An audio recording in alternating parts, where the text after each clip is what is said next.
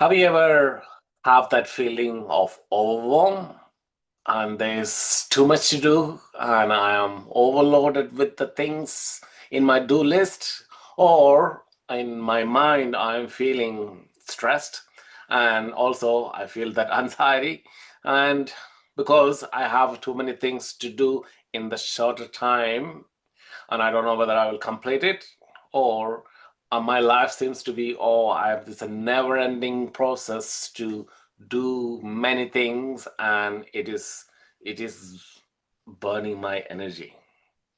But on the other side, we all want that balance. We all want to have that peace, or we want to have feel that happiness and satisfaction inside. So that's what everywhere we want to.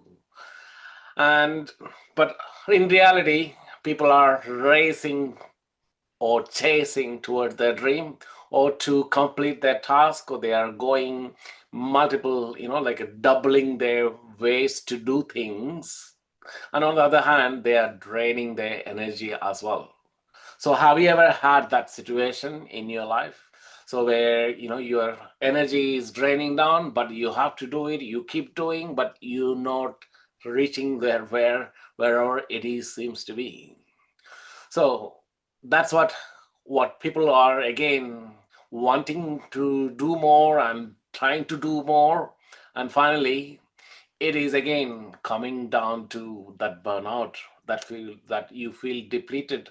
I don't have energy, I feel stressed. So that's a simple analogy, or that's what people normally experience, and then it in turn long term impact their energy and impact their relationship, impact their confidence, impact their efficiency, and people get to become more, find the way to, on the other side people look for where can I get peace, where can I get satisfaction, where can I be happy, because we are on the constant race of getting things done, try to do it multiple things at one time. But what we have lost is that internal balance, or the inner circadian rhythm that our body has. So it works certain functions and certain way, but you lose that inner, the stability and the safety inside you. So when you are not safe, you cannot operate at the high speed. So imagine a person want to have that mental stability, or that emotional balance, or that emotional fitness. So when your energy and your emotions and your engagements, or your environment that you are connected, when they are not aligned well, when there is a pressure, when there is a demand, you cannot operate at high speed. So this is where you need to identify in my life where my energy is driving me down, or so that I am feeling stress, or I am feeling that overwhelm, or I am feeling that burnout of my energy. And let's look at I want to bring on four major things that bring that burnout, or which gives you that overwhelm. So number one, I would say the expectations that we have. So I know we all have that expectation on one side. Oh, I want to do this. I expect this to happen at this time and this way, and this is what I want to do. Probably that expectation draining you to your lots of energy. And what if you let go of expectation, because even if you have the expectation, you have to do the things to get to that expectation. So you're doing things so without raising, but you can do the things without expectation as well, but same time you let go of the expectation and do the things. So we are doing the same actions inside, but in your mind you are taking off the expectation, so that you create that inner belief that instead of expectation that I can do this, I will meet this expectation. So it is coming off from that expectation, letting go of the expectation, but still you are doing it effectively with efficiency and with energy, so that you're not losing your energy when you're letting go of your expectation. So that's number one, is expectation. Let's go number two. Now, this is where anywhere when we get to do things, or when we have a goal in our life, or if you want to buy a new house, if you want to buy a new car, if you want to have a dream job or holiday, we get so attached to it. And again, we are in the racing mode to get that. So when you are in the racing mode, we are totally attached to that, then you have a, incoordination, so that you lose your coordination with your efficiency, with your energy, with your environment, and with that engagement that you have in your life. So there is a inefficiency, or there is a lack of coordination.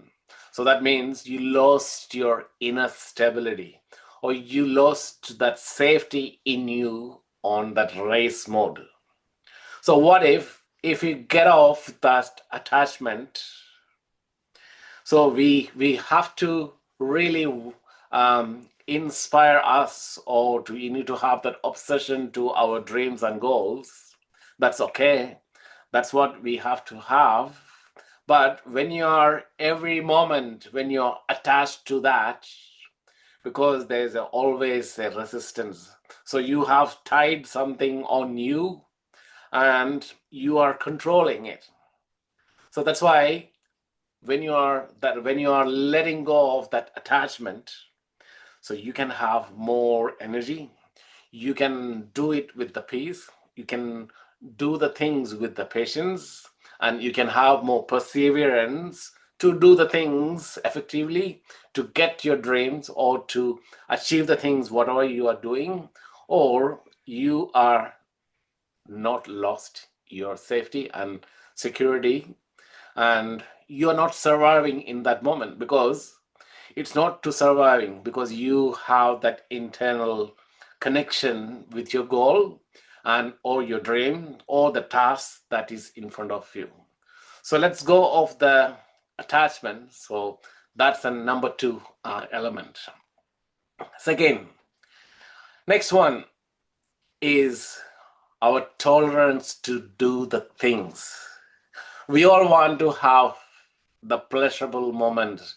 We want to have that happy moments. But to do the things, we need to put an effort, or we need to put that action towards it. So that effort needs some kind of pain. So whenever we are, imagine you're working out in the gym. So it is one way we are working out. We are grateful that we can go to the gym and work out, or go to the fitness classes, or you have the time to do it, or you have a mindset to do it. So that's one of the good things. But on the time when you're on the treadmill, or when you're on the stepper, when you're on that on when you're lifting your weights, it gives a pain, and there's a resistance that you need to overcome. So you need to have that tolerance towards that action that you are taking. So that's one, is again, we need to develop that perseverance, patience, or we need to tolerate for the purpose. Because if I'm going to gym to the workout and I'm lifting the weight, I know I am strengthening my muscles. So which gives me more health, and I feel confident, and I feel more strength in me, and it contributes to my long time health, and my energy and vitality, right? So there's a pain that we need to tolerate, to wake up in the morning, or to plan ahead. So this is all the effort, the energy we're putting in towards that pain of that process that you are going through. So in any scenario, whenever you are going overwhelmed, whenever you are going through stress, the pain is a part of the process. And if you are purposeful on the path of your journey to your dream or goal, or even to your dream of being happy or being peaceful, there's a pain. And pain is a part of the process. And when you enjoy the journey with the pain and with that process, so you delete the pain. You don't feel the pain, but you're doing with the intention, you're doing with the purpose, and you can go faster and you can take more pain. So that's why the concept of resilience. So when you become more resilient, it's easy to so that you build your risk tolerance or the pain tolerance or your effort tolerance, right? So we are working on all these three levels on this pathway. So again, don't be attached to the pleasure. So be in the center point, having you can observe the pain and the pleasure, or you can have that connection to you are also driving towards the motivation, and also you can experience sometimes you're going away from the motivation because that's what is our life is. And also maybe sometimes we feel emotions, so that emotions we need to accept it. And also we have our brain to think, so we got the logic and the brain. We need to use both wisely, so to balance our emotions and the logic of our brain, so that we are not stuck in one place, so that we are doing things holistically. We have sometimes we shut down emotions, sometimes we are too logical. Or but what if we use our logic and the emotions, so that we connect well our both part of your brain and all our heart and the brain or the head, and then our actions are aligned towards along with our that heart and the head. So that's again is so that's a way to go into building into that pain in the process, or elevating your resilience, or so that when you can face the rejections and resistance and reactions that coming towards you in your journey.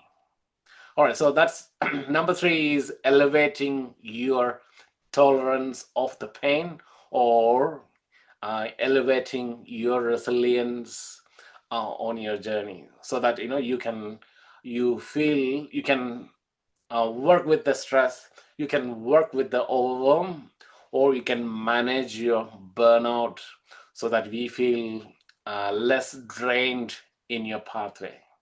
So number four is about the how we focus on our conversations, or how we have that self-talk. So when you are in, especially when you are stressed, normally we people normally connect with where they are in their life or what they are connected normally. So what that means is, imagine I am stressed or I am in the pain, because then people connect with the same frequency and the energy easily. So it's an easy way. So because it is we match and mirror with the people who is in the same place, or because that's all we say, oh he's in here, we match well or we connect well, because my problems, my pain, my stress, or my anxiety, or my burnout levels, I can connect with the other person. So what happens is, we attract the same thing. So, but we by conversation of the same problem, the pain and the anxiety and the overwhelm, we are doubling our overwhelm. Maybe we have that, we are expressing our emotions, so we might get bit of release, but still we are not moving away from that pain and the problem or the overwhelm, because we are not talking about solutions. We are just expressing, putting it out, and connecting with the same problem. So I was one of my client. He has ADHD, and also he's divorced. So then he's who the person who is connecting is with the ADHD, and also who people have divorced. So that means every day when he meets when you have these conversations, we talk about the same pain of divorce, or you talk about the my loss of energy, my lack of sleep, or my lack of efficiency at the office. That's what I talk all the time, because there is nobody to, he's not connecting into the place of the solution, because we are only talking in the pain. So to find out to move from pain to pleasure, we need to find solution, we need to have steps.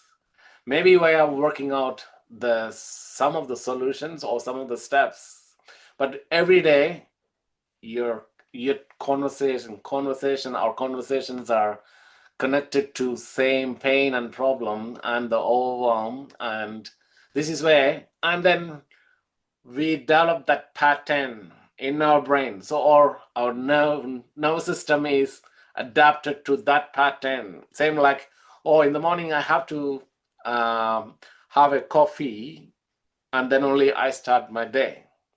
So same way we having that self talk, and also our conversation with the other person is same. So on the other hand, imagine like you have a mastermind, you have a resources to connect with, so that you connect with the solutions based, or finding the new ideas or proven ideas.